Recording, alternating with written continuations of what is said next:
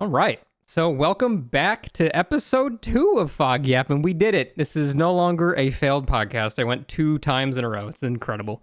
Today, we are going to be talking about the palette density changes in DBD. It's been a very controversial decision and topic, and then we're going to be going over just map design, just sort of in general. I figure that's the only topic we really need for a full-length podcast here, because that is such a nuanced and varied topic that I think there's plenty to talk about. Today, joining me, we have OhTofu returning. I had to invite him back because he and I disagree on a lot of this shit, and we're going to spend a lot of time arguing with each other immensely. How you doing, Tofu? Yes. All right. Definitely. Yeah, doing good, man. I'm ready to argue. Alrighty. And today, we have the German stallion, whose name that's what I came up with right now. We got Hens. Hens, how's it going? Bro. I'm doing very well. Thanks for the epic introduction. Oh, I'm ready to talk maps with Tofu. All right. I'm starting off strong. The double palette. I'm pulling it up on stream for you guys. This piece of shit loop. Do you know about the double palette loop that we're talking about, Hens? Probably. It's the Greenville. Yes. It started in Greenville. It's got the 2 pallets. They just added them to Ormond. Yeah. Yeah. It's like the long one. Yeah. It's like the one that's not shaped in any weird way. It's just kind of long. Yeah. Yes. Okay. Tofu, I kind of know your opinions on this. I think you added a little you added a little asterisk from what I can tell. Wait. Yeah, I mean, my opinions change a lot. So like, I think my opinion from maybe 3 months ago is going to be a lot different than now, but it might be vaguely the same. Yeah. Okay. 1 sec. Hens is breaking up for you. What do you mean by that? Hello. Am I okay? I should be okay, no? Hens is breaking up with you? He sounds good to me. Yeah, he sounds good to me too. Sounds fine. That's fine. Okay. I didn't change anything. I think I just got one guide. All right. So yes, the double palette. Tofu, we'll get to you. Hens, what do you feel about that particular tile? I don't mind them that much. Like, honestly, they're a little bit overdone at this point. I thought they were a great idea when they first got introduced. Like, at this point, they're almost everywhere, though. Was a cool little gimmick, but it's kind of getting old. And I think some of them are just straight up too safe. I think, like, there's some double pallets that are, like, 90% safe, but, like, you can do things. And those are the ones that I kind of prefer, honestly. Tofu, what's your modified opinion? My modified opinion is that I think the double pallets that exist. Okay, I think if you're gonna have a filler tile be a safe palette, I think they should always be a double palette, because at least the double pallets have like some play around them if you don't get there with distance, right? Like if you're like right on the driver's ass as they get there is some interesting gameplay around like how you drop it, right? Like there's like a little bit, like you got to be a little bit careful about like if you drop it immediately and the killer respects it, they can like circle around and hit you. It's like a safe palette with like extra play, right? That isn't just like walk up, throw it, and then force kick, which I think is good. But I agree with Hens. I feel like I like it as a safe palette, but I feel like they were like, okay, let's just throw these things fucking everywhere. And now I'm like, all right, this is starting to get a little ridiculous. I would personally like prefer, I mean, maybe this is getting a little too off topic, but I would much prefer if double pallets, instead of being connected and like together, there would be 2 separate unsaved pallets in the same tile, right? But like not connected to each other, like, but just very, very close. I think that would create a really interesting tile that would be fun to play. But yeah, having them all connected like that just makes, it's basically just the same thing as a safe palette, right? Like if you just get there with distance and pre-throw one and then run to the other and throw it, it's just basically a I would legit palette, call them like god pallets at that point. If you pre-drop those, like there's very few killers that can do much about it. If you're like Nemesis or something, like you can hit over it, that's fine. But any M1 killer, like, have you guys found a way to actually reliably get hits there when both pallets are like actually down? There's some you can. There's some you can. Like, for example, the Iwi, the Dead Sands tile, those 2 pallets are so, they're so close together that you can actually outplay them as a killer. You just need to win like 2 50-50s. But it's really not that hard. Is that the same loop as the rock loop we're talking about? Like the ones that they just added it to Ormond this patch too? So I call it the Juka tile. That's like 2 windows and 2 pallets in one tile. But the pallets are so close together there that you as a killer, if you really want to, you can still outplay that. Okay, yeah, I'm not opposed to the idea of double pallets in general. I'm just like specifically talking about the exact Greenville one that they've just started slapping on every map, because I think the issue is like it's way safer than I think the devs think it is. and so they just consider it another filler to just put around. But they're kind of just like adding. Oh, go ahead. So, like, I think one of the thoughts behind it was actually to, like, kind of reduce the dead zones a little bit. But, like, at this point, the game kind of did, like, a 180 already because, like, there are pallets everywhere at this point. And, like, it's kind of, like, almost unbearable. And, yeah, the double pallets kind of make that even worse because when they first got introduced, there were a lot of the maps felt a little bit empty at that point. But, yeah, well, not the case anymore. So do you guys think those types of tiles like have a place in the game? It's just a numbers thing. There's just too many of them. Yes, absolutely. They have a specific purpose, yes, because like if you break the pallet, if you like throw down both pallets, it's like a god pallet, right? Yeah. So then the survivor's gonna leave, and there's still a pallet that's relatively bad, but it's still like playable, you know? Yeah. So obviously, if the map is already stacked, then that is overwhelming, annoying, and like why? But if like I don't know, if the map is like there are not that many pallets and it's very prone to getting dead zoney, then I think there's a purpose, yeah. So it's almost like it's, compared to like a long one, like a jungle gym or something like that. Once that pallet's gone, the tile's obviously a lot weaker, but it's almost like with those, you're not like kicking the god pallet, you're downgrading the loop. And is that the thing that intrigues you guys like about that? I think, like generally, one of the reasons why all of these changes happen is I think it's just better to die on like some really trash pallet than just go corner and die. Yeah, I think that's just more exciting. See, that's the thing. I find that kind of more obnoxious. Like, I think Greendale is a perfect example because there are so many pallets on there. Most of them are unsafe, but there are so many. I feel like that rewards coordinated teams more and doesn't really do anything for solo queue because you can die under a pallet like every 3 feet. Doesn't that kind of go against how maps should be balanced? It should try to favor solo queue more than like advanced coordination like that. I mean, I think dying under pallet is like a whole separate issue with things like background player being like kind of maybe a problematic perk, you know? But I do think I think the idea of like if you're about to die as survivor, being able to like try playing something, even if that something is like, really weak, even if it's a pallet where you have like, I don't know, like a 10% chance of winning your like 50-50 or something, it's at least something you have as opposed to just having a dead zone. And I think that's always better and more interesting and more fun. So I always support that. So, like, I think that's... I think there's an exception to that. This is another topic I want to talk about. So they added a bunch of pallets to like the outskirts of maps. And I think I have a huge problem with that. Before I even give my opinion, what do you guys think about the fillers like on the outskirts now? I saw your opinion on that. I don't think I agree, to be perfectly honest. Okay. I think having pallets on the... I mean, it's like you're kind of right. Okay, I don't want to put your point away, but I think it's cool to have like a last resort kind of thing, but they shouldn't be too safe. Yeah, and they shouldn't take away from other locations, in my opinion, at least. Yeah, like, they shouldn't take pallets away. Yeah, that's my biggest concern is that like I don't know, like I guess it's hard to say exactly how the map design works, but I know back in the day, like I remember like Matt Walker used to talk about the whole like loot money thing or whatever. Yeah. And I feel like if like the edge map pallets are taking away loot money from the rest of the map, that's really fucking stupid, I think. Because like those pallets are like very, very like hard, near impossible to like tie into other pallets, right? It's basically just a place you go to try like very last ditch effort kind of thing. Yeah. Exactly, yeah, and I feel like unless the killer messes up really badly and like gets stunned with you having the inside of the map or something, right? Like then maybe, but it's like for the most part you're just going there to die. So I feel like I've loaded into like, for instance, like Borgo maps sometimes, especially like Forgotten Ruins. I think is especially bad for this. I've loaded into that map where there's like 5, 6 like pallets edge map, and I'm like, okay, is this why there's no pallets in the middle? Because there's like 6 edge map pallets? Because that's not doing anything for us. You know what I mean? So I like them. I just feel like they shouldn't count towards pallets. Like I feel like whatever the map design thing is, like whatever map design is going on, like I feel like the edge map palette should be some separate entity that doesn't even affect anything else at all, and I'd be totally okay with them. See, interesting. I figured you guys, like, you're definitely more comp-oriented than I am. I figured you guys would be more against that because, I'm sure you guys know, like, the whole concept of just avoiding the killer and just stealthing in general, very high risk, high reward.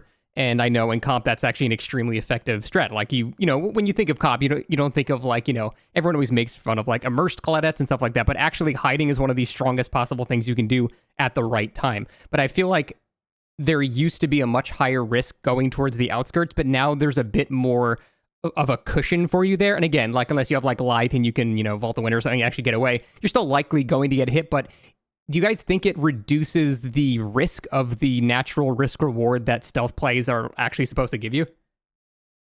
No, because I feel like at the end of the day, like I would argue like 99% of the time that you're making a stealth play, the punishment isn't necessarily like the immediate hit that you get. It's the fact that you're being chased and pressured, right? Like that's what, like, for instance, if someone's like stealthing for an unhook while the other two survivors are the whole way across the map on gens, like the punishment isn't the fact that you're getting damaged right away necessarily. Like obviously damage is good too, but like the punishment is that you're being chased and now one of those survivors across the map has to rotate to get the unhook and get off their gen and like travel the whole way across the map, right? So like that punishment's still there. It's just that like, again, I think if you're edge map, you at least have some, like, I just like to me, I still feel like just the idea of always having something to interact with as opposed to just being like in a completely dead area where you're like, there's really nothing I can do. Even if you feel like it's like a 10% chance, like I said earlier, I still feel like that's more interesting to me. And yeah, I still feel like there's like plenty of punishment for getting caught out stealthing still, even with that.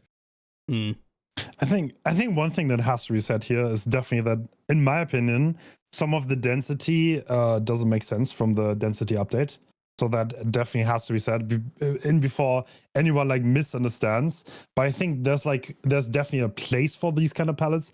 But like in an ideal scenario, I think that pallet should get you hit within 10 seconds anyway. So like the difference shouldn't be that high.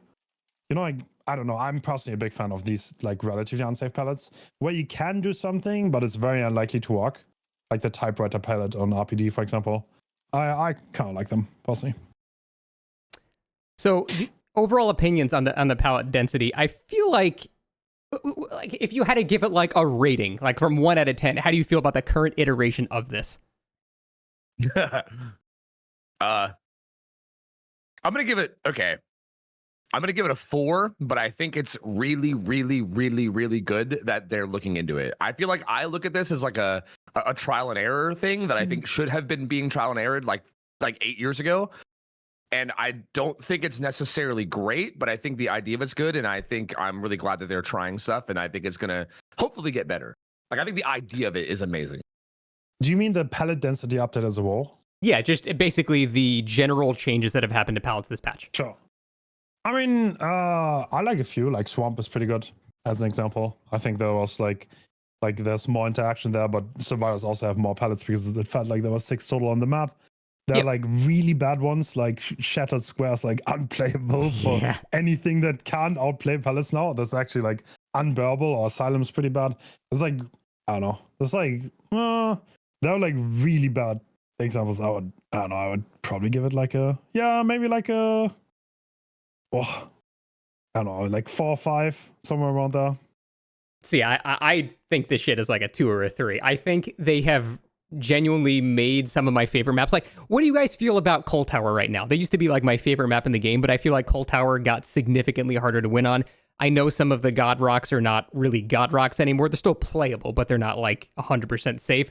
But I feel like there are so many more connected tiles that I'm losing more. But how do you guys feel?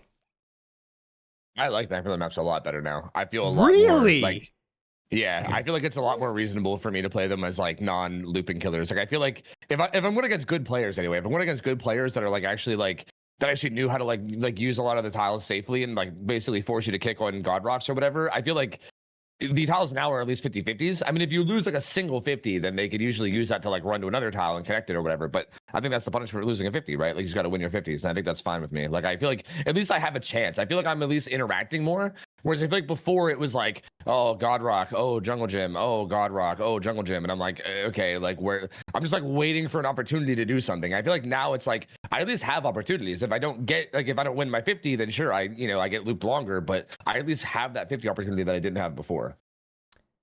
So here's a theoretical. Which would you prefer? A map that had like, I don't know, like 15 pallets, but they're outplayable. We'll say the strength of, I don't know, what's like a good middle strength type of pallet? Like maybe the car outside of Batum, maybe. Right? I was just about to say that, the red car. Yeah, that's like perfect example. So would you rather like 15 of those, or would you rather a map with like 6 God pallets? Definitely the first option. Like I like the first option, but also I feel like it maybe like tuned down Bloodlust as well. But also the first option though, still. Like even with Bloodlust as it is, I would still take the first option, but I do think I would prefer the first option with some kind of tweak to Bloodlust. Let me reiterate the question. Which do you think would be easier to win on as an M1 killer? Six? Only 6 god pallets? Let's say 7. Let's get right in half, basically.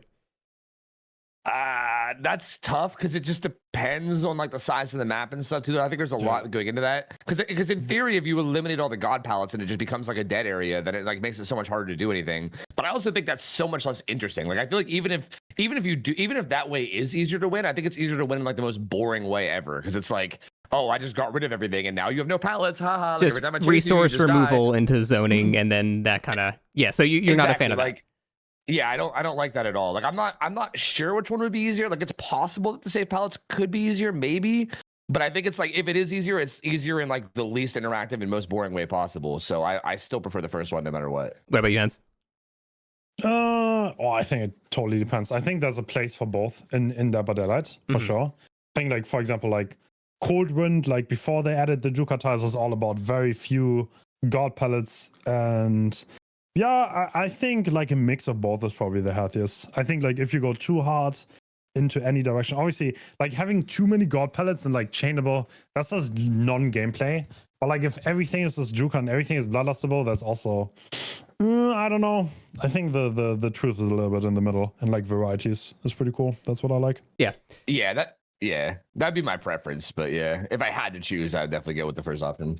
So I feel like one of the issues is like when there's so many chained together tiles, like you call them like 50-50s and stuff like that. But I feel like the more that are connected, the less they become 50-50s and more they start favoring a survivor. Because like you've seen the insane like perfect examples like the setup on Father Campbell's Chapel with like whatever tile spawns outside of shack into shack. Just the power of just having two things linked together. Just the more that are linked together, the less guaranteed it is like for the killer. And I feel like it keeps going higher and higher into the survivor's favor because any way that you rotate around it, they'll likely just kind of have something else. So I just feel like I'm always getting frustrated, even if like I zone it the correct way. And I don't know. I just feel like it's making me. Maybe it depends on the killers that we're playing. What killers are you guys playing lately? Are you just playing variety? Get it. Okay, I have to talk about this. Go ahead. Okay, I played a dredge game the other day that left me completely traumatized. Oh god, it left me. You can so just stop with dredge. Like I don't even think the survivors were that great that I play against. Like no front to them, but like it was on Shattered Square, and I feel like I had no chance. I had no chance to do anything, literally anything in the entirety of the game. Because there were so many pallets and they were so connected. And I think that's one of the problems. If you put pallets everywhere and they're too safe, you can come into a scenario where the killer does not get into 50-50s.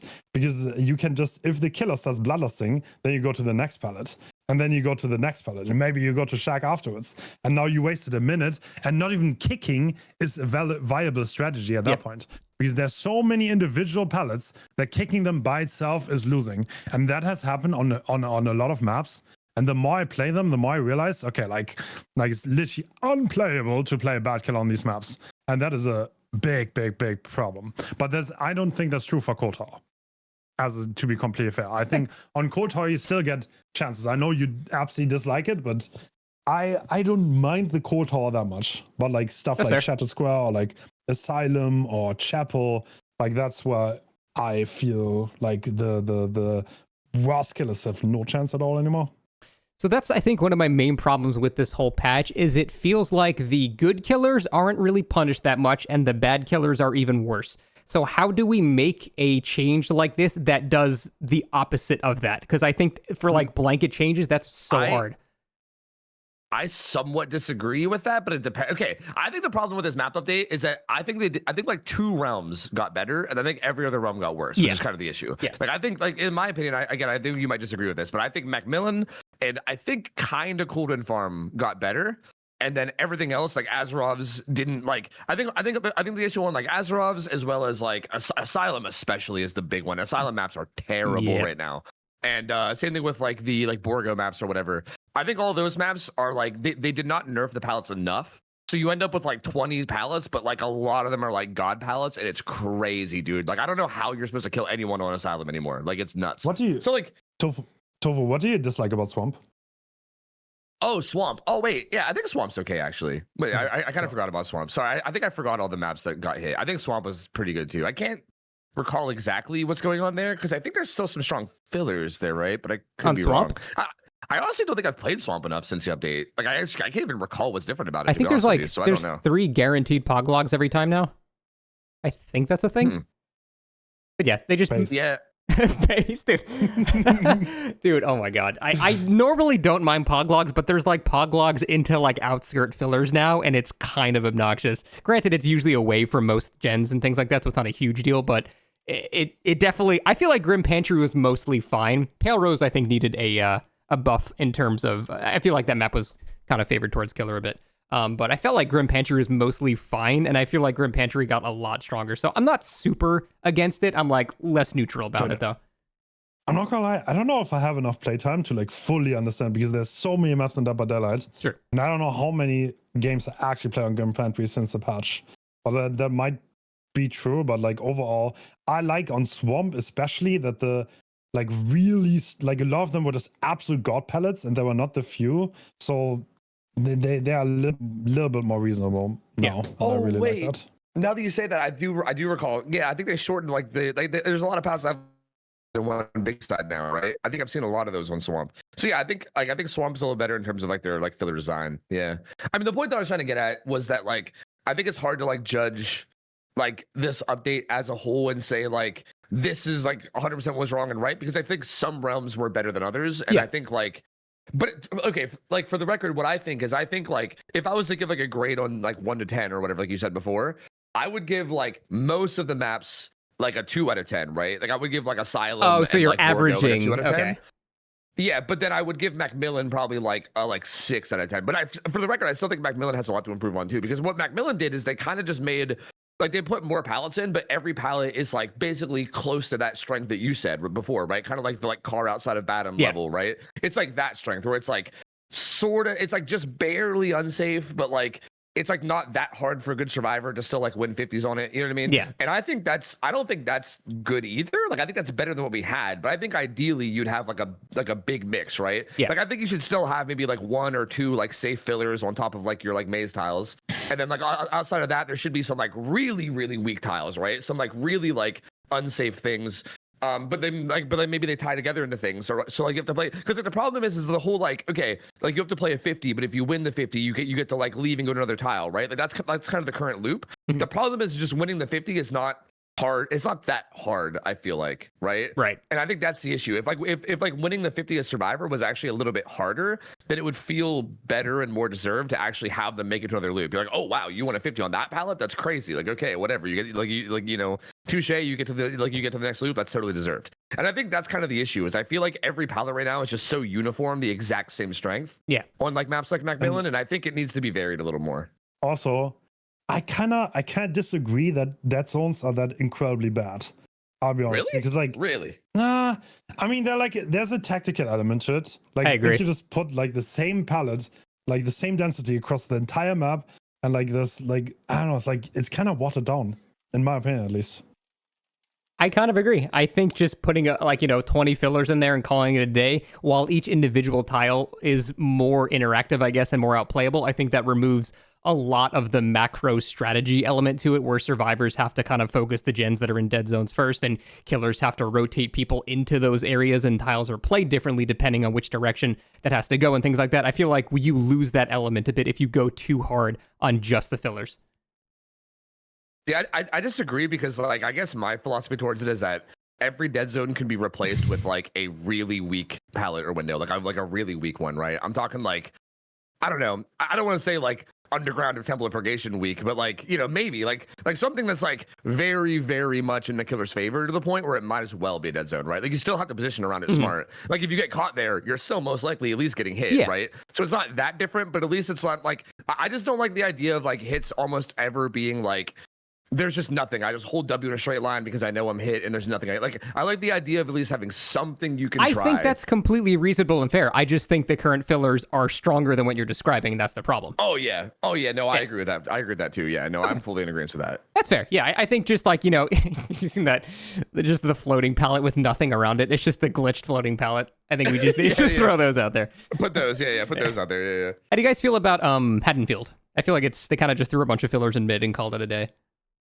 I think Haddonfield's I think its issues are more than that, and I think the Haddonfield we have right now is like the only way that it kind of can work right now, because I feel like, again, the big issue I have with Haddonfield is always the vision. Like the middle of street is just like there's so much vision, and the killer, like for instance, if the killer does get ahead on that map, it's so hard to do anything because they can just see everything. Like it's so hard to like sneak anywhere or hide yourself at all because the killer just has massive vision everywhere. So I feel like it's like either the map is dead and then it becomes insanely killer sided, or the map is like it is now where there's like a ton of like good pallets in the middle, and then like I don't know, then the killer feels more helpless. But I think to me it's more of like a map like visibility and like shape issue more than anything else. But I do think that map is actually kind of like strong on Survivor right now. Like it's kind of nuts. Like the middle of the map has a lot of good pallets. Hens, what do you think? Yeah. Haddonfield has significant issues in and it's not really fixable by just like putting pallets everywhere, but I think like what Tofu said, the line of sight is way too long, and it leads to very, very stale gameplay where everyone just pre-runs you. And like it doesn't really matter. Like if survivors play like really well and you're like basically a one killer, it doesn't matter that there's a dead zone in the middle because they see you coming from 10 billion miles away and they can reroute the chase almost anywhere. So yeah, I don't know. This is a map that is like problematic from the ground up. So how do you fix that? You just slap a house in the middle of the street for like a blocker? Like what do you even do? Yeah, there could, I don't know if you're a house, but like I don't know. You can only shift the problem. You cannot get rid of it. The way the map works. So, I mean, I think you could put like semi trucks out there, like big old like transport trucks, maybe. Like I think something like that could break vision up. I think there needs to be more vision blockers, in my opinion. Yeah, it's definitely like a core design of how that map is designed. That's like much harder to fix than just slapping some pallets here and there for sure. In terms of actual like tiles in the game itself, what is your favorite tile in the game's history? Ooh. Mine's kind of a niche one, and I've been wanting it to come back for a long time, and I keep talking about it. But there used to be when when Batum like first got released way a long time ago, there used to be these like weird tiles on like the streets that did do that thing I said where there was like two really unsafe pallets like in the same loop. It was like these like weird little trees. It was like a tree and then a pallet and then another tree, and they were like really bad. But there was two really bad pallets in the same tile with each other, and it was so fun to loop them together, bro. It was so enjoyable. I loved that tile, but it only existed for like I don't know what you're talking about. I don't even remember that. Yeah, it didn't exist that long, and I think it was like an RNG spawn too. Like it didn't always spawn, but so yeah, maybe that's a bad example, but that's my best one. I'll have to think of something better. And what you got? First thing that comes to mind is typewriter palette on RPD. That's your favorite? To be honest. Why? Because it's just funny. It's just so funny to play. It's like, I don't know, you have, like if you go down Survivor, you have nothing to lose. But if you get it, then I don't know. I feel like you won the game. How is that strength compared to the upstairs Hawkins one? Dude, upstairs Hawkins. There's nothing you can do with that. Like that's the difference. Like typewriter, you can actually like do funny. Okay, if you ever want to make a bubba really mad and you're an RPD, go full health, go to the typewriter palette, because that's almost impossible to chainsaw because the collision is so bad. That's fucked up. But yeah, no, but there's some fun things you can do with that. And the upstairs one, I don't know. Like actually, if the upstairs pallet, if the pallet was not in front of the doorway, there are things you could do with it. But the way it's situated, like there's no way, nobody's ever outplayed a kill on there. I don't believe it. What do you guys feel about the classic tile, the shack? How do you guys feel like in terms? I feel like overall it is not as strong as people give it credit for due to like how a lot of killers play nowadays. But I'm curious to hear like what you guys think about it in general in terms of its strength and design and all that stuff. I like Shack. I don't know. I don't think there's anything to complain about it. I think it's like the guaranteed safe area in a lot of maps, which I think is good. Obviously Shack Pallet's like this like sacred holy thing in TBT now or whatever. But like I don't know. I think it's totally fine. Like it's really really strong. But I feel like it's like there's like room for play around it in some kind of way, right? Like you can definitely catch people slipping a little bit in terms of like how they play it if they're not like really really disciplined on it. I think it's really good. I think it like rewards skill really really well, and I like it honestly. Yeah, I'm a fan of Shack, but yeah. I mean, it's also like destroys kind of like low tier killers. Whereas like against high tiers, it's not that crazy good. Like, yeah. I feel like half the killers in the game. Everything in the game. Yeah, half the killers in the game now have something they can do at Shack to just not just be, a wraith just like chasing in a straight line. But even like the but good. Even if they counter like even if they have like a dash or a projectile, you can still loop the other side though, because you can reroute the chase to the outside. Oh, to go like unless they're literally like a blight or a spirit, and then you kind of have to drop the pallets. Yeah.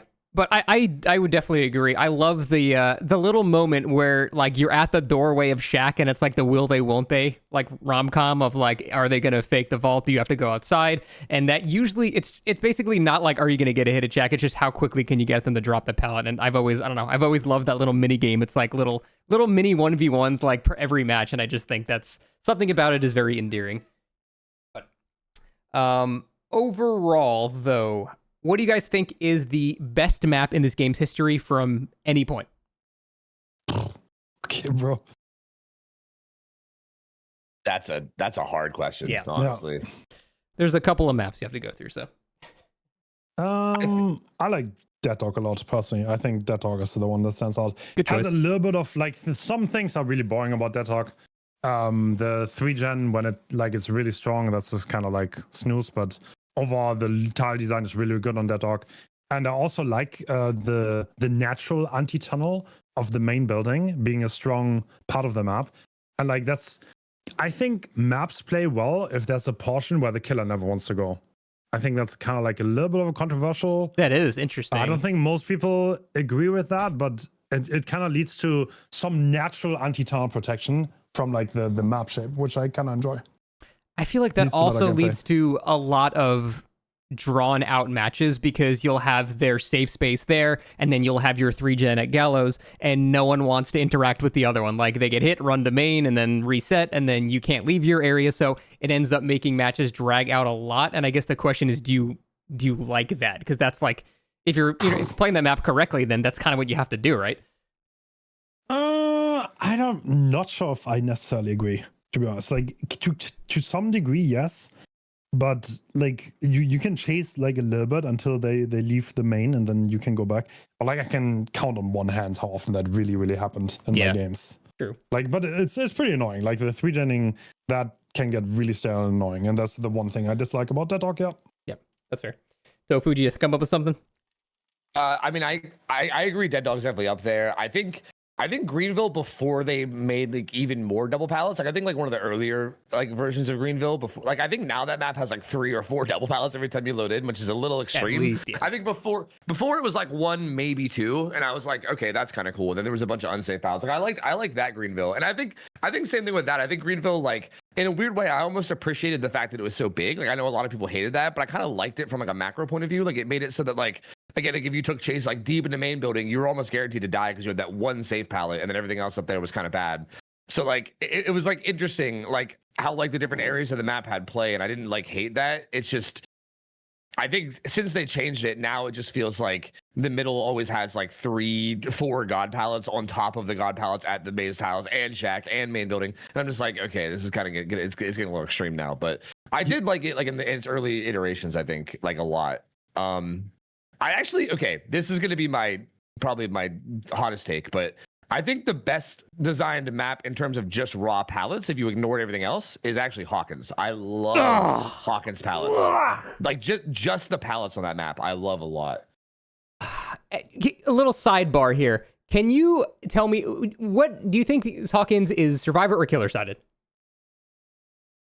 I think if the survivors know what they're doing, it's survivor sided against most killers. Okay. I so many people tell me that Hawkins is killer sided, and I think that's just because most people don't know how to chain tiles correctly, and that map is like the king of chaining setups correctly. Like you have to pre-drop the ones in the hallway, and that combines with the one in the room, and it's like you're never catching the person if they do it correctly. But I feel like it's harder to play, and because of that, people undervalue how good that map can be for Survivor. See, that's why I like it. I think it actually like promotes skill and like knowledge, and like it's not like every palette has like a unique way to play it, right? Like some are really good to pre-drop, some are like some you want to greed a little bit more and try to throw last minute.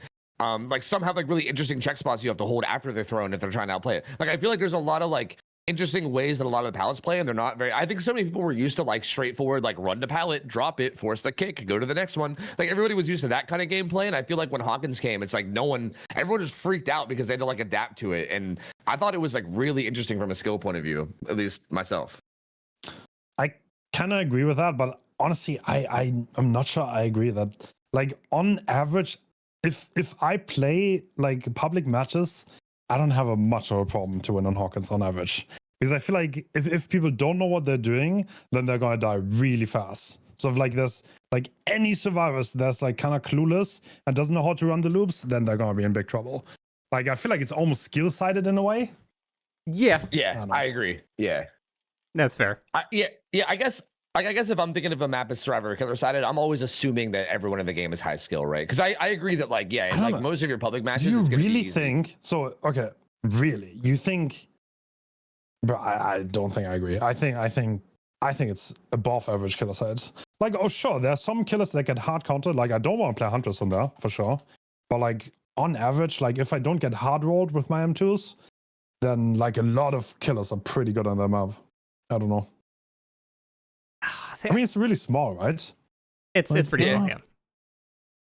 That really helps, but how do you guys feel about indoor maps in general? I don't think I like any of them. I think I dislike all of them, but I know not everyone agrees with that.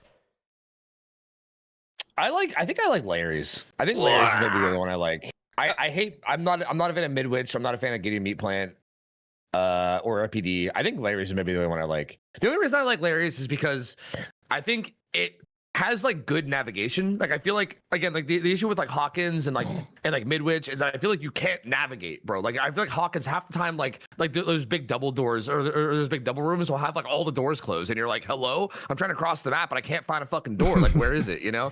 And then like same thing with like Midwich. It's like if you're downstairs or upstairs and you're trying to, if you're downstairs and trying to go upstairs, you gotta go like so the whole frustrating corner. It's like, it's so annoying. It's like just getting from one place to the other is so annoying. Larry's, I feel like at least has like a ton of open doors everywhere, and it's like not hard to like navigate around the map really well, right? Like I feel like you can get places, and there's like a lot of like interesting palettes that I think are like fun to play.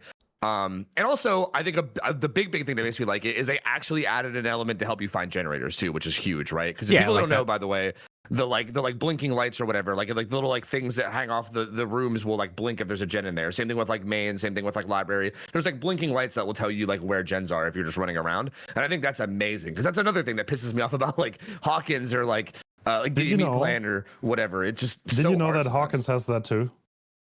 Well, with doors, right? Or does it have actual blinking lights? You have blinking lights on top of rooms. Like, yeah, I've heard people say that, but it seemed inconsistent to me. But maybe I'm just stupid. I don't know, because I swear I saw blinking lights somewhere, and then there was like no gen, and then another place I saw no blinking lights, and there was a gen, and I was like, But I mean, I might just be dumb. I mean, it's very inconsistent though. Yeah, it's like, but if you look up on in rooms that have an incomplete gen, and even outside the room in the hallway next to it, you will have like the lights like flicker. Really? I did not know that. Huh. Oh, you have to look out for that more. Yeah. Certified not. So I feel like my main issue with indoor maps is it's a super obvious one. Well, there's a less obvious one too. I feel like, do you guys feel like indoor maps negate your skill as a killer a little bit in terms of like macro knowledge, like looking for distant movement, scratches, crows, things that worse players might not even know about to begin with? But I feel like I'm always just like entering the next room and hoping that there's like a person there. I'm never making any like long-term plans other than just huge assumptions. You guys feel like that at all? No, depends on the map, but not really. No. I actually think it's more okay. How do I articulate this? I think it focuses more. Okay, I think it takes away like reactionary macro play like that, like you said, like the idea of like you just see a crow in the distance, you're like, oh, someone's there. I think it takes away from that, but I think it helps more with like pre-planned macro decisions, if that makes sense. Like if you're like, oh, I'm pretty sure I remember survivors being over there, and I think like this is the agenda they're working, and somebody might be rotating down this hallway to go for the unhook. I think if you already have like a pre-idea of what's going on, then you could actually use their lack of vision against them, and you can like weave in and out of rooms, and they might not know where you're coming from, right? Because they'll hear carriers, but they'll be like, where the fuck are they? And then suddenly you come from a weird direction. So I think it punishes. I think you're right that like reactionary macro, it's way weaker, but I think like preemptive stuff is better at least. Thing is about like especially mid-range and RPD, one thing that I kind of like don't like about them is how static they are, because like it's the gameplay is very, very, I don't know, non-dynamic in a way. Like in RPD you can literally make a game plan on how to beat an M1 killer, and I feel like there's no skill involved, and if you execute on that game plan they will probably have trouble getting more than 3 hooks. Like even if like obviously you need to heartbeat read and like pre-run a bit. But like you can just pre-run on both sides to the god palace. You can reroute with a staircase in the middle to wherever you want on the map. And if the killer doesn't have like mobility or like undetectable, then they should just lose. I feel like it can go in the opposite direction too. I had a Bubba game on RPD like a week ago, and I had the 3-gen on the right side of the stairs. I was standing on the stairs, and I had someone hooked right, it's right near the typewriter gen. It's like right in that room to the right next to it. And I had someone hooked there, and I would sit at the top of the stairs, and all my gens were on the right side, and the person was hooked on the right side, and I knew everyone was on the left side, and there was nothing. They just. Where was that gen? Where was what? I mean, yes. Like, okay, I've heard this a lot. Like the myth that you can control the 2 gens in the middle. I don't know if you're talking about both gens in the middle, but like you really cannot though. Like you cannot control those gens. I'm talking about like okay, if someone is already hooked there, then they're already fucked up, right? Like the mistake happened before that. Sure. I don't know.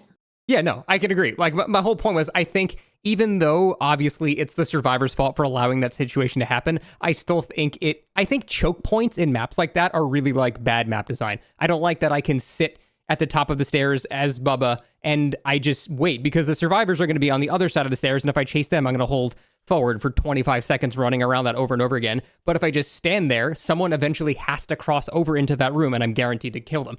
And it's like, it allows me to like proxy camp completely safely, because there's only one possible way that they can get into that room unless they somehow sneak behind me, like, and go down the stairs. I just think like choke points like that are lame.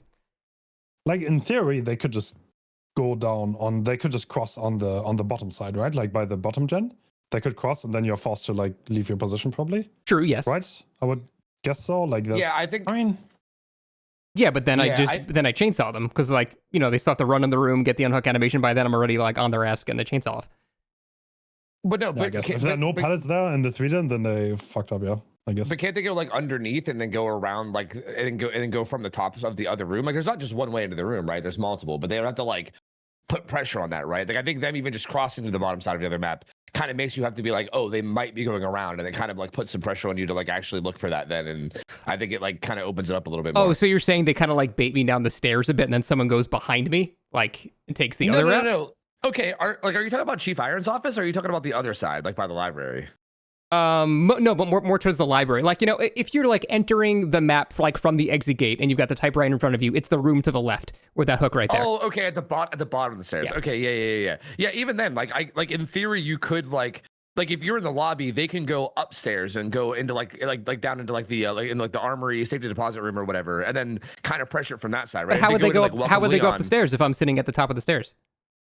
Oh, if you're sitting at the top of the stairs, then yeah, I guess they could like run they can have someone run in to welcome Leon, and then somebody else like hover nearby. Like I feel like they need to pressure something. If every pallet on that west side is gone, then yeah, I mean that's a really rough spot for them, I guess. But I feel like the same thing is gonna counter you before you get that hook, though. Like I don't know. It's like you have long line of sight. I don't know, man. I just feel like I'm not gonna lie. If you play Bubba on that map, you should probably get 2 hooks if the survivors. Oh, it's terrible for Bubba. It's awful. Yeah, I agree.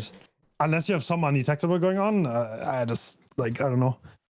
Yeah, I mean, I'm not saying it's like a situation that should happen. I'm just saying I feel like the map. I just don't like the choke points like that. It's even like comes back to Haddonfield, like being able to kind of see where people are crossing over to your side of the map, or even something like Sanctum of Wrath or something. If you have something like Controlled, you can kind of just tell when people are crossing over, and I think that results in a lot of like not interesting gameplay because someone has to come past you, and then it's like it basically lets you camp from a very safe and distance, and like it's like Azerov's too. Do you guys think Azerov's is a good map?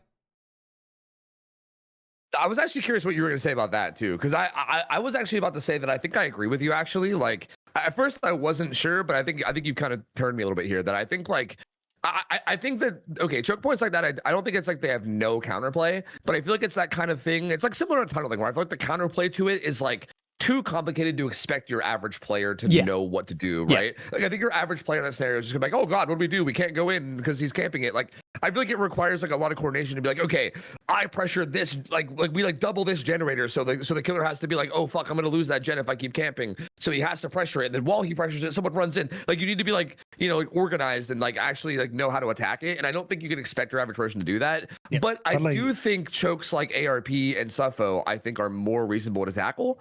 So I feel like those ones I'm okay with. Like I think choke points are okay if they're like I think you have to limit their strength. Like I think like Forgotten Ruins choke point, fucking ridiculous. I think like certain choke points, like you said right there, like maybe RPD a little too much. But I think like minor chokes, like I think like ARP's choke is like manageable, you know? I mean it's like I feel like there are only 2 maps, right? I think for the sake of variety, I think I'm fine with them. But like it can be really boring, yes. But like at the same time, I don't know. Do you want everything to be the same?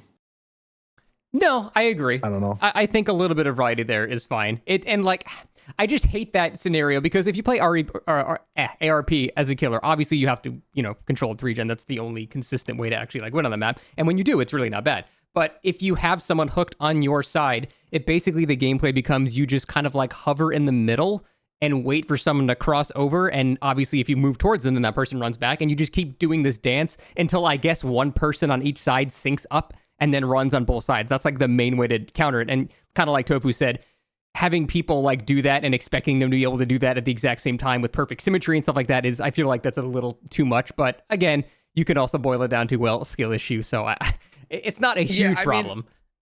Yeah, so okay, like there's a lot of things like in theory here. Like in theory, like good aware survivors would not position that badly. Where like you should always have like probably 2 people on each side, right? Like if someone's getting chased on one side, somebody should be on like the opposite side of that side, like just in case they go down or whatever, right? But even if like all that fails and you do have that situation where like 3 people across the map, I do think the good thing about ARP and Suffo is like they have like 60 fucking maze house in the center of the map, right? Yeah. So I do feel like if you wanted to try to pressure the cross, you at least have the best resources on the whole map to do it. Dude, right? Exactly. Oh my god. Which is why I think like that's why I think like RPD and maps like that are kind of rough because it's like you just don't have much, right? It's just like a bunch of vision for the killer and then not like a whole lot to work with.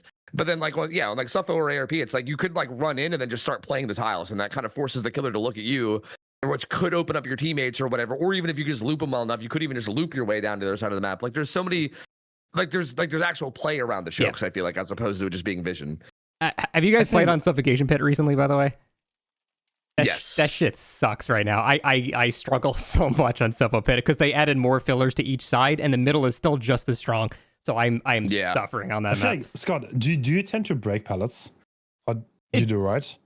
It depends. I mean, yeah, it depends on the pallet. I would say probably one of my biggest weaknesses as a player is I probably kick pallets too much. I think that kind of playstyle got hard enough, yes. But if you, I don't know, I feel like McMillan, I don't know if McMillan got more survivor side. I'm not even sure, to be honest. You don't think Suffocation Pit's stronger than before? No. Actually, I don't think so. No, stuff I'm 100% sure, yeah. If you consider the Godrock bug, then I'm dead set on it, yes. Yeah, I mean, I get the argument. I guess, yeah, that Suffocation Pit could definitely spawn, like, maybe, it was like, no, it could spawn like 3 of them, right? I mean, it's like, I don't think McMillan is that strong that you can actually, like, chain everything together that well. Like, I don't think it's, like, Shattered Square level, so, I don't know. I think I'm mostly fine with it, with that. I guess it's basically how easily can you get to mid, because once you're in mid, you are safe for a very long time. But I guess like the ones furthest in on both sides, yeah, you're not going to be able to like chain anything with that. But I guess we'll just have to disagree there. I think it's much harder, but obviously, I'd actually argue that mid is not even that safe anymore, depending on what tile spawn. Like it's very RNG now. Like I've seen I've seen maps where there's like 2 jungle gyms and a pallet gym, and it's like, okay, there's an insane safety. It's like tied into like an Orman gym window too, and you're like, okay, what the fuck? But like I've seen maps where there's like a lot of like LT walls into like that new like snake gym thing, and then there's like that one like long wall with a shitty pallet like tile. Like I've seen a lot of like chained maze tiles that are like kind of the weaker maze tiles, and it's like even once you get there, you're still kind of prone to like being bloodlusted, and you know. I would say even just 2 TLs connected is insanely strong and hard to deal with. Would you agree with that? I would say it's a pain in the ass, but I think you should be getting hit after like. I think if the killer's playing it correctly, I think you should be getting hit after like maybe like 30 seconds max. That's a long ass like time. That's a long time to get a hit. It is. I guess it is. But like, I think if you're, I think that's from like a pure M1 killer point of view, which I think from a pure M1 killer point of view, I don't think it's that long against a good player, honestly. Like, I think if they have pallets, I think it's kind of similar. I guess it's a long time, especially considering you're not using any resources, right? So you're not wrong about that.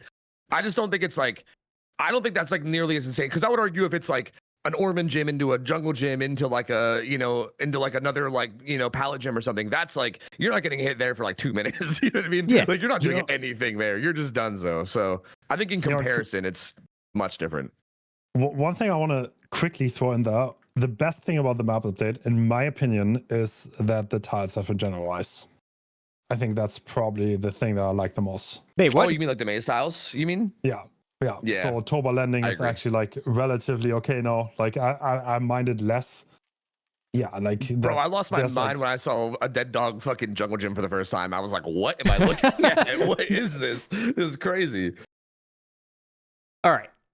What do you guys think is the worst map in the game right now? Gideon Meat Plant. That's 100%. That's pretty fair, yeah. Bro, I think that map is like not even salvageable. I think that map is just garbage, dude. I think RPD is a contender. I think RPD is actually a contender. But like that's like completely unrelated to this update because the spawns are static. And if everyone knows like how to play it relatively well, then one side should win, like heavily win. But like I think like the new Shattered Square, if you play a low tier killer on there, then you're absolutely getting rolled. So yeah, I guess the way I perceive that question is like which map is like so far gone. Like I feel like there's a lot of maps right now that are terrible, but like you could salvage them pretty easily if you just like change it a little. I think Gideon Meat Plant's like gone. I think from there's like no salvaging it, honestly. From a fundamental design standpoint, I think I would agree. I think it is the most, or I guess the least interactive map in the game because there's very little outplaying most of the pallets. So survivors are playing it the same way, killers are playing it the same way. Everyone's just following a flowchart. It's just incredibly boring. Even I don't even care about what sided it is. It's just super boring to play. So I can agree with that, but let me, I guess, reword it. What do you think is the most killer sided and most survivor sided map? Oh, Survivor Stat is 100% bad in preschool. Yeah, like I don't think that's changed. That map is fucking stupid. Everyone complaining about Eerie offerings when Badham existed was crazy because Badham was like, don't get me wrong, Eerie was bad too, but like Badham was like, has been the worst killer map in the game for like years now. That map is insane. Yep. Would you agree, Hens? I think Garden of Joy is also, I think it's very close. Really? I think Garden of Joy at least has some playable tiles on it though, you know? Like some of the fillers. But the killer, like you can look through the tiles. Bro, is it really? Oh yeah, true. Yeah, you're not wrong. You can look through the tiles. The tiles have such, like, actually, is it better now with the dimensions? It might be better now, but like, God of Joy is like so unplayable. You have no gens to hold on that map. Like, I feel like everything feels a little bit too safe and pre-runnable. Like the main building is insane. Like no matter where someone dies, like they will always be able to recover because you don't have a 3-gen. Or like preschool is also really bad. So I guess. Actually, I'm trying to think about this. Is Garden of Joy like on the? I'm pretty sure the map is like massive, right? It feels like it's huge. It feels pretty big, but it's hard to say. I don't think it's like massive, but I think it's probably like a little bit above average. Yeah. In terms of like best maps that they've made like recently, I would honestly say I kind of like Orman Lake Mine. What do you guys feel about that map? Yeah, I like Orman Lake Mine. Yeah. I think that's Forgotten Ruins is the best map ever made. Forgotten Ruins is the best map ever made. Bro, is this bait? My hot take is that I actually like Forgotten Ruins. I think it's kind of problematic the way it's designed right now, but I think it like if they just change a couple things, I think I would like that map a lot. What specifically? Fix it. What do we do? Okay, so a lot of people don't know this, but they're like that map has the worst choke point in any map in the entire fucking game, dude. Like the downstairs like every time I hear about that map, everyone's like, The 4-gen that spawns upstairs is crazy. Whoa, it's crazy. But like, dude, the 3-gen in the dungeon, like if you can get like a hook, especially if you're like an area control killer like Hag or Trapper, or even like I don't know, someone that can camp well like Bubba or something, or like Huntress.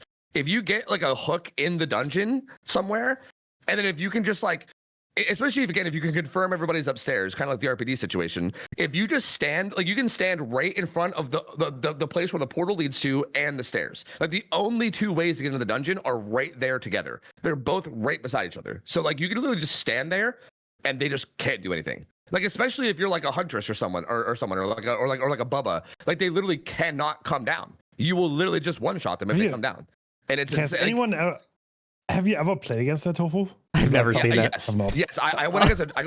There was one single time. Thank God no one does this, because it kind of it's a fucking. I'm like scared to even say it on this podcast because I'm afraid people are gonna start doing it now. But like, I played against one Trapper that had like double Eerie add-ons and just trapped everything downstairs, and then like hooked a guy down there, and it was just it was impossible. Like you would like run in just to try to like I would try to run past him just to like kind of open up my teammates to maybe follow me. But everything was trapped. I like to disarm it, I would get injured, and then like there was just nothing to do. Like he just, and it just ended up being like a 4-man slug, and we just all died. And I feel like Trapper really enhances the suffering of this particular scenario, especially with Eerie Stone. I do feel like it's like, but it's not even just. I would argue like Bubba, Huntress, like any killer that like I think protects hooks. Like Trickster would probably do it well. Like if you can protect hooks or areas well, I feel like I think anyone that like can quickly 2-tap someone, because you basically have to enter the dungeon in a dead zone, right? Like if you come out of the portal, there's nothing. Like there's sometimes a pallet like a little bit to the side of you, but that's it. That's the only thing. Like there's nothing near you. Same thing with the bottom of the stairs. There's nothing. There's no resources there at all. It's like the Suffocation Pit thing or like the ARP thing, but there's no resources. So you have to like come into that choke, and there's just a killer standing there, and there's nothing between you and the killer, and they just literally get at least a free hit, if not like a free 2-tap on you. It's so disgusting, bro. It's so gross. How do you fix it? So by probably making either multiple portals that go downstairs, or maybe just making the stairs that go down and the portal that go down in like separate areas. Like if the stairs led to like maybe where it does now, but the portal came out, I don't know, like much further away to the side, maybe like over towards like the magic library area or whatever. Like I think if the two entrances to the dungeon were just separated, then I think that would fix that choke basically completely. Yeah, the like, map would still be complete garbage though. That's fair. I like it. I personally like it. Okay. I don't. Okay, like this is gonna be again. I know this is gonna be a take that people don't agree with, but whatever. I don't even care. I lost a win streak one time. Like if you guys, you guys probably know I do Survivor win streaks a lot. I remember I lost a win streak one time a long time ago on Survivor because we thought we broke up all the gen setups. Right? We did the classic thing where we popped 1 gen downstairs and we popped 2 gens upstairs. So we were like, cool, we're good now. There's like there's 2 upstairs gens, two downstairs gens. We're fine. Like there's no 3 gen. But what we didn't realize was that we left the library gen up downstairs, and then both the gens upstairs were like near the portal, right? But if you guys don't but the library portal comes out right there. Like it comes out right to the left of the portal upstairs. So he kind of had a 3-gen with the portals. It was weird. Like we couldn't attack the 3-gens. Yeah. Oh yeah. Were you? Yeah, I think you were in that game, yeah, right? Those I think are you the were. Wesker, right? Oh yeah, my god. Yeah, we Burn lost the that map Wesker. down, please. Yeah, and I thought, like, even though I was kind of pissed that we lost, I was like, that was really interesting. Like, it was so interesting that he held a 3-gen that was like across the map from each other because of the portals, and like we had to be aware of the portals in order to counter it. And it was like, I found it like, even though we lost, I was like, that's so interesting that I love that. Like, I think it's so cool. It adds like another element of like strategy to the map that I like a lot. That's me being a fucking nerd though. I guess I shouldn't expect other people to like enjoy that, but like I enjoyed it anyway. Damn, he had a 3-gen, so cool. Dude. Yeah, I guess I hope me is thinking that, huh? The Walking Dead 3-gen is so beyond cooked. Like, I don't know how that made it to the game, to be honest, and it's still there. The one that spawns by, I don't even want to say main, just that little tile. Yeah. That shit is insane. I don't think anything in that map was cooked. They just put the ingredients in a pan and just shipped it out. That map was... I don't want to talk about that map. I'm seeing Shrek already. Actually, just as a random aside, because Tofu, you just brought up like the whole idea of, I'm hoping like no one knows about this. Like it's good that it's kept in this vault. Otherwise, you might see it more. I have been seeing so much more Hyperfocus stakeout, and Hens, I'm gonna blame you for this. Are you guys feeling pressure from this at all? Because I think we all know that combo was fucking insane with a good Commodious, but kind of people didn't use it very much. But I'm seeing it a lot now, and I'm suffering. Yeah, some piece of shit made a video or something about it. I think I don't know. Oh, what could that be? I mean, Yeah, who could possibly do that?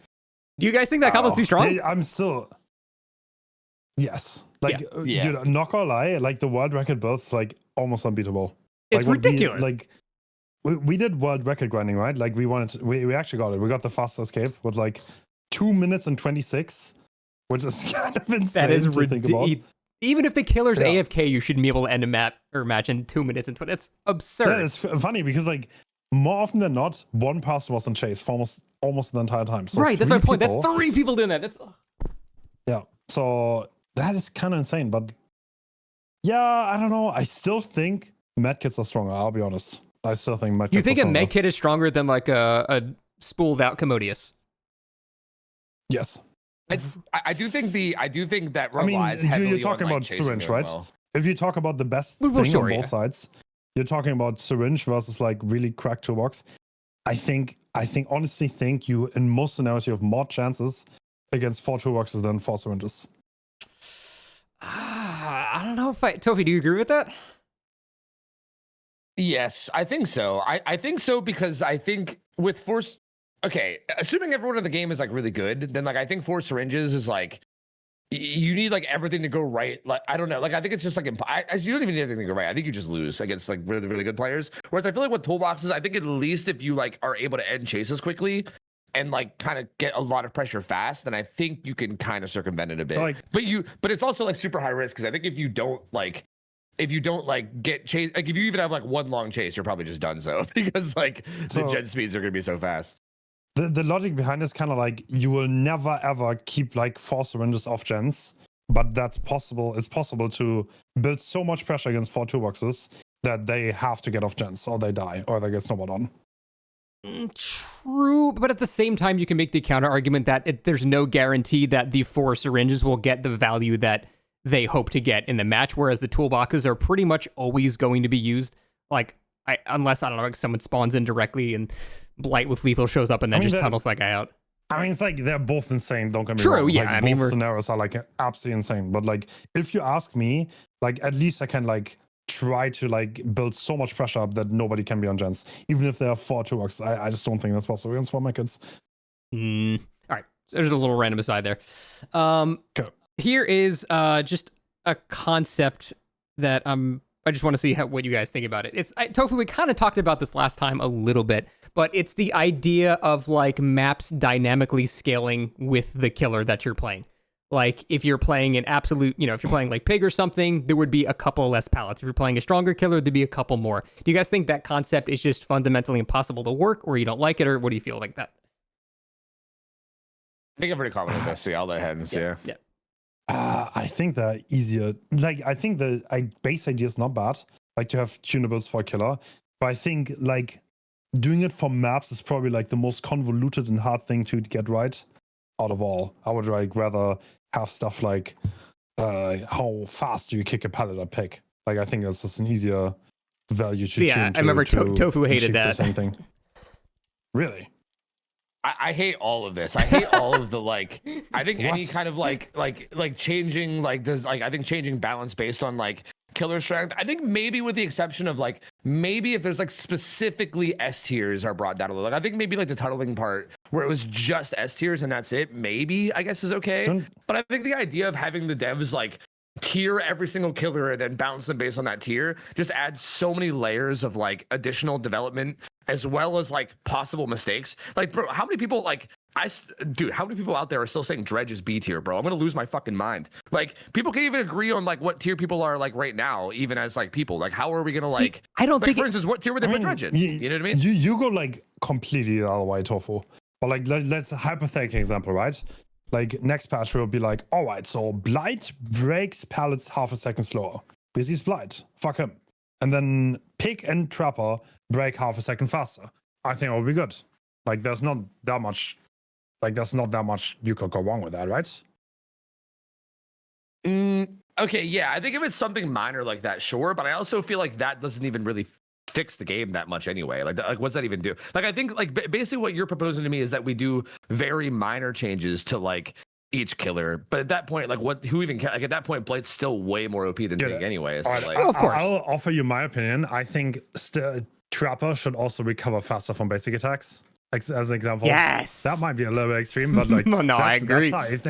That's how I think you can maybe like tune the killers better and like have like I think DVD just lacks tunables on killers, to be honest, to like really achieve balance in like a way that is like manageable and easy and not crazy convoluted. And I think like that's one way, because like a lot of killers have the problem, right, where they are really, really good on the high level and pretty bad on the low level, or vice versa. And if you had more tunables, I think it would be way easier to get them in line, in my opinion, at least. Right, because the whole thing is assigning like, a rank or whatever, internal rank to that killer, and then making blanket adjustments based off that rank is so much easier than reworking 15 killers that would need it to get to that point. Like, you see what I'm saying with their Tofu? Like, it's a lot more feasible than just hoping they fix everything. Yeah, I do think that's a good middle ground in my opinion, is having like, because I think right now the only tunables are like movement speed, terror radius, and like I guess that's it, right? In terms of like base tuning, I do think like maybe if they had like, I do think that would be a good middle ground if they had like maybe more tunables that like showed up in people's bios and it was more like well known. Like, okay, this killer is like 4.4, this killer is 4.6. This killer recovers from basic attacks a little bit faster. This one recovers a little bit slower. This one breaks pallets a little bit faster. This one breaks pallets a little bit slower. Like I could maybe see that being a thing. Maybe I just like, to me, I think it gets crazy when like. Okay, I guess a lot of my point of view comes from like hearing really outrageous opinions about this, because I hear stuff all the time about like the amount of pallets that spawn on maps should change, or like the speed of gen should be different depending on the tier of killer. And that's where I'm like, whoa, like slow the fuck down. I don't know about all that. But like, I do think maybe having tunables, like you guys are saying, could be like a middle ground way of working. I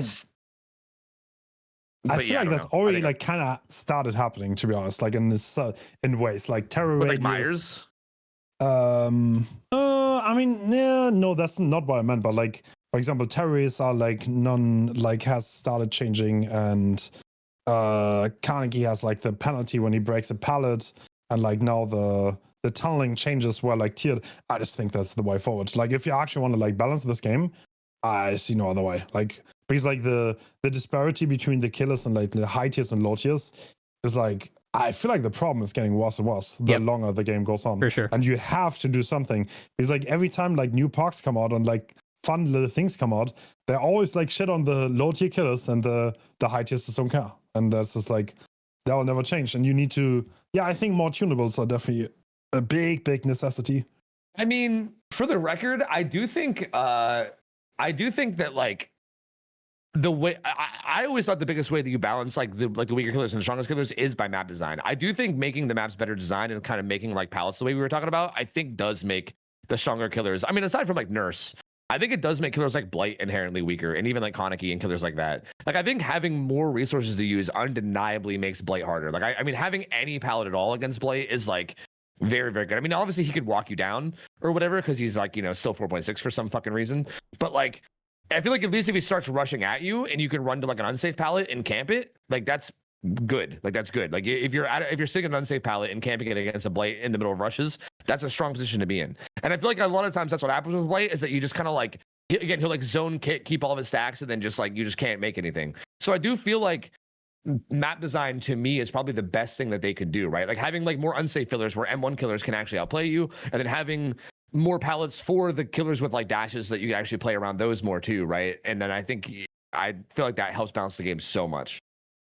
I just feel like you have a very like you're correct. That is the right way to do it. I feel like you're just too idealistic about what behavior is actually going to do, and I feel like just doing modifiers like that is more reasonable, even though it's less of a successful solution. You know what I mean? Yeah, I guess. Yeah, maybe I'm looking at this too like utopian, like what I want DVD to become. Type sure, because you are right. Like, yeah. But I just feel like these map, like again, like the way I've been looking at like these map changes is I've been looking at them as like a step in the right direction towards that, right? Because I feel like I'm viewing it as like a trial and error thing, where I feel like if they get the correct feedback and people talk about it in like ways that they understand, maybe they'll keep adjusting it and get us to a place where like it's actually really good and healthy. Like right now, like, again, I don't know if I necessarily think it is, but like I think it easily could be, right? That's fair. One thing I learned from this map change is I think you need a lot of playtime to properly just to to like be able to like properly know what the implications are of map changes. Oh, for Because sure. it took me quite a while to like realize what all this meant. Like, especially if you look at it first glance, obviously some things looked very flawed from the very beginning, like Asylum. But like, yeah, I'm just not of the opinion that like making every map like more or less the same is the right thing, to be honest. I just don't think it is. Yeah, that's fair. Actually, Hens, this is a question kind of for you, since you basically work with behavior. That's what a consultant is, totally. And I wanted to ask. Okay. I wanted to ask the whole boosted maps thing. I'm hearing so many mixed things about this. I've experienced it. I think it's very real. Is the boosted maps thing active and currently on? All right, as the CEO of behavior, I can tell you my theory. So that's all is based on a website Dead by Q, right? True. And they have like rough data. And the way this looks, I think, is that every realm has the same chance, more or less.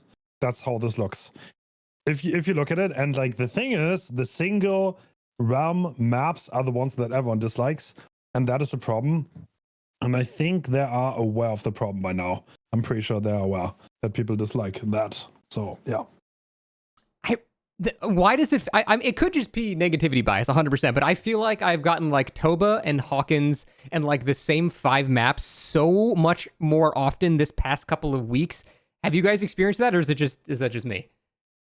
Yeah, I'm with you. Like, I don't know if it's copium or not, but I feel like I'm on like Nostromo. Yeah, Nostromo's in the like I think like Nostromo, Toba, and then like the indoor maps literally nonstop. Like literally, like I do like full days of win streaking, and we like jump for joy if we get like Wrecker's Yard or Cool Tower even once. So we're like, oh my god, it happened, and then we're right back into like Nostromo like 5 times. Like I feel like we literally get Nostromo like unironically like 4 times in between every single like OG map. It's crazy. So many people are telling me that too, though. Like, is this all just mass hysteria, or is this actually happening?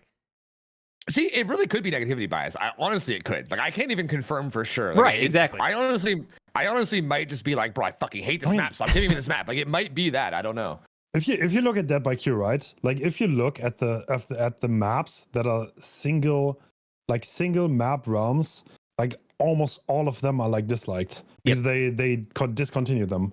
So like that's kind of like a little bit of a problem. Because like the things like the OG maps or like the Greenville that kind of got continued, they're all really rare now. And yeah, the only maps I get, that's true, are the maps on single realms. They're way more common. So how do you fix that? Do you have to have like more weighting to the maps with multiple, or the realms with multiple maps in them, I guess? I would just boost like the OG, no? Yeah. I think Azerov's Cold Wind and McMillan, like half the games. Half the games too much. But like there's so many maps, no? We're talking about 15 maps. Yep. I wouldn't mind getting them often. Yeah, that's fair. In terms of map design and all of that stuff, that was the end of my topics. Is there any other things that you guys want to discuss? Tofu and Hens, do you have anything that you yell at each other about? Always. Yeah, always. But I think we get plenty of time to do that already. I still feel like I would kill for like some like workshop map maker thing or something. Oh my god, I would love that.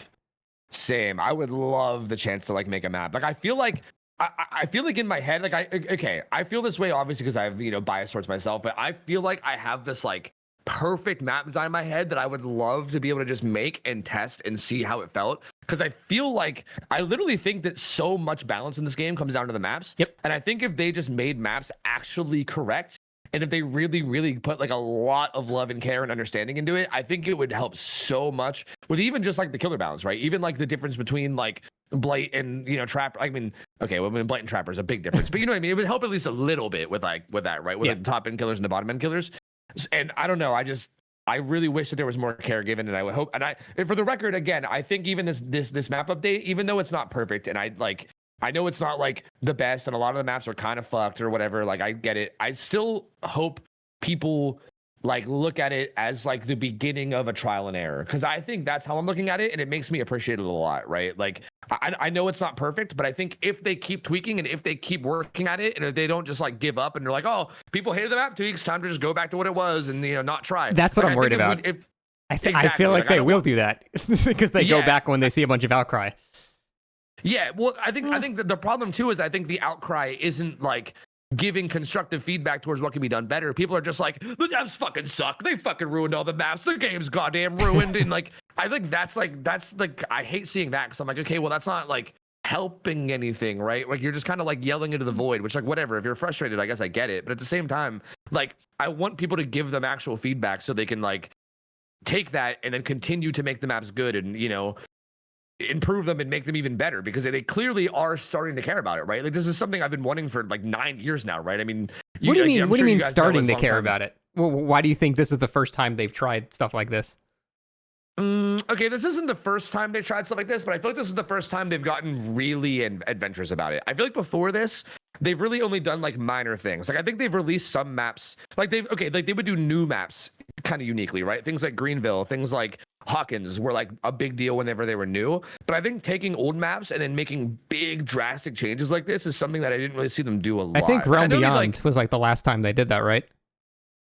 I can't remember what Realm Beyond was. That was but, like when they took yeah. out like they punched a hole in like Ironworks and Misery. Like that was the big patch where they did that. The Rancid Abattoir. They punched a bunch of holes in walls and like fixed a lot of windows. Oh yeah. Yeah. Like that was a lot. And even then it was like just main building windows and stuff. Yeah. And I feel like I'm talking like every filler on the map, right, is like different. Like that's like a big thing, especially on like those OG maps. Like that's a big change that they're making. And I feel like again, I just would love to see more of that. And I would love to see that like encouraged more, I guess. Yeah, that's fair. All right. Yeah, I feel like the map. I feel like there's kind of like a little bit of a lack of like life balancing on maps, in my opinion. So I don't know if that's gonna continue. Like worst case is they're gonna leave it like this for like a year, which I'm a little bit scared of because like maps do cook slowly in Dead by Daylight, and like even if things are really bad, it oftentimes takes so long to change. So Yeah, that would actually be awesome if what if week to week they just like tinkered with a couple of things and just moved some stuff around and just like saw how that would go. I feel like they're so limited by console certification, stuff like that they can't do that kind of stuff though. So like I don't know what their limit is or with the frequency that they can do these updates. Like I don't know. Hens, you would know because you work for them. I'm not gonna lie, we don't have like crazy impact on maps. The consultants, we just don't, to be perfectly honest. Can you? I love that you're grilling I Hens think about that that's and not right. me because I don't want to get into some questions. Dude, Bro. to be honest, bro, I'm like the new schooler and Tofu's the absolute OG, and I'm answering the question. That's so Yeah, but funny. it's okay. Yeah, it's fine. Keep going for him. I don't want to be in this. That's so funny, actually.